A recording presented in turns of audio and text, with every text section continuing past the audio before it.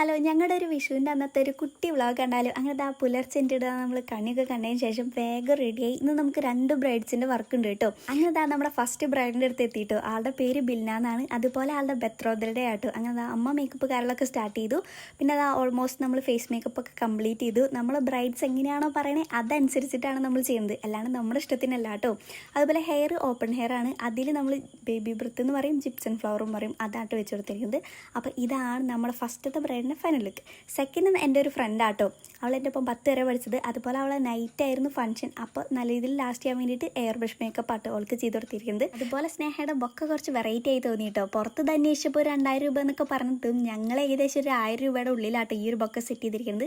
അങ്ങനെ നമ്മുടെ സ്നേഹനെ അങ്ങനെ സുന്ദരമാക്കി കൊടുത്തിട്ടുണ്ട്. അങ്ങനെ നമ്മൾ ഏകദേശം വീട്ടിലെത്തിയതോ ഒരു 2 മണി 3 മണിയായി. അപ്പോൾ ചോറും സാമ്പാറും ഉപ്പേരൊക്കെ കൂട്ടിയിട്ടൊരു പിടി പിടിച്ചു.